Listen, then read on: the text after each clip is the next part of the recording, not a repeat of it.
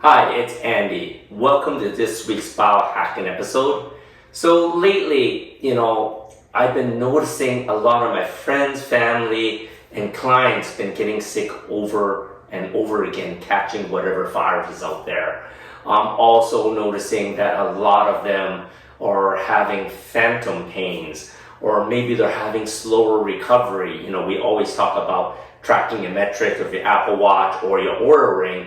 And these devices can actually track your daily health. And if your numbers are tracking low all the time, guess what? Something is wrong, right? I'm having family that is getting cancer again after beating cancer 5 years ago in the last year. I've been getting family that's getting cancer now that's been healthy, God forbid, forever, right? And they're young, right? He's only 30. And I am also having family with kidney that needs a kidney transplant, and my mom now is having failing kidneys too, where her kidneys were just fine a year ago. Go figure, right? So why am I talking about all these conditions, being tired all the time, having all these phantom pains, having back pain, knee pains, injuries that just aren't recovering? Well, it all has to do with chronic inflammation. Right? And when it comes to your body, chronic inflammation is the mother or father of all diseases. And when it gets out of control, that's when these conditions start happening. First thing, you start manifesting as, sore joints, brain fog, lower energy. But then it gets worse. Now you're getting sick all the time. And then your immune system starts crashing. And then you start developing all these chronic conditions, right? Leading to the big C, cancer. So what I want to do for the next several episodes of our biohacking series is I want to teach you all out there how to find out if you have chronic inflammation going on inside your body. And we're going to start with the very simple ones that you can do at home with literally no tools, no special equipment, to a deeper dive going into the blood labs to look at which markers to look where the inflammation is happening. And of course, we're going to round it up with some ideas on how to lower your inflammation. But let's start with today.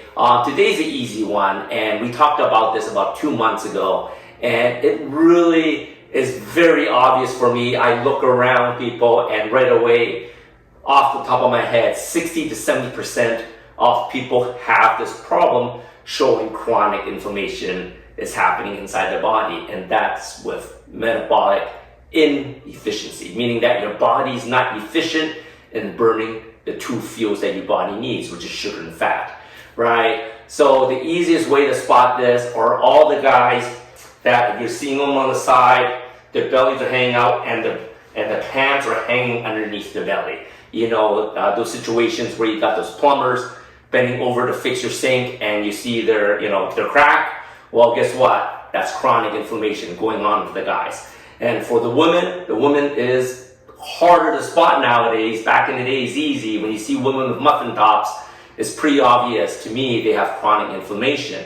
And these muffin tops, guess what? I don't care how much exercise you're going to do, it's not going to take care of it because you have chronic inflammation in the body. That does not go away with more exercise. In some cases, it actually might make it worse.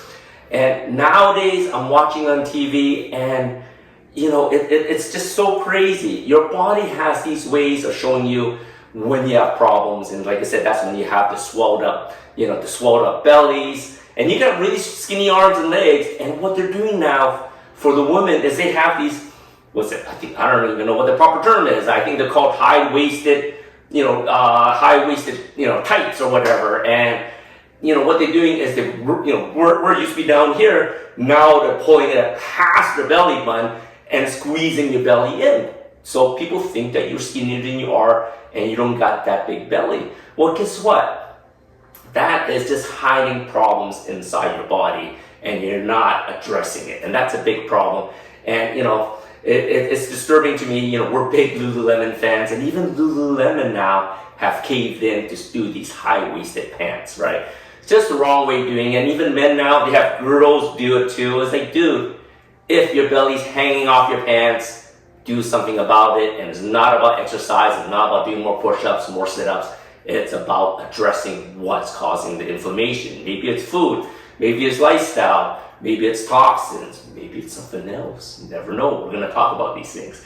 Anyways, the first one is your hip to waist ratio, and we talked about this about 2 months back, and just giving you can watch that episode again on exactly how it works, but a quick refresh. All you need is a measuring tape, and so easy to do. You just measure around your belly button, see whatever number that is.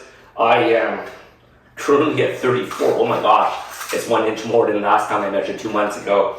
And you're around your hip at the widest point.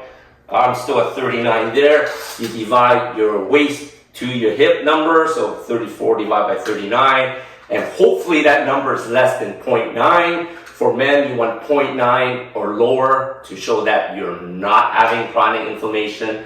For women, that number is lower. You want 0.8 or lower, right? Because women, they generally have bigger hips, right? So if your numbers are bigger than 0.9 or bigger than 0.8 for women, guess what? That's the very first sign that your body's having chronic inflammation, meaning your body does not have the ability to burn fat, and it's dependent on sugar. And guess what? Sugar feeds diseases, and it feeds big C, cancer. Anyways, that's the first tip. We're going to be talking about other ways, diving deeper in about different ways to measure inflammation, but this is the easiest way. Look, measuring tape. Everyone's got one of these at home. I'll see you next week as we dive a little bit deeper in.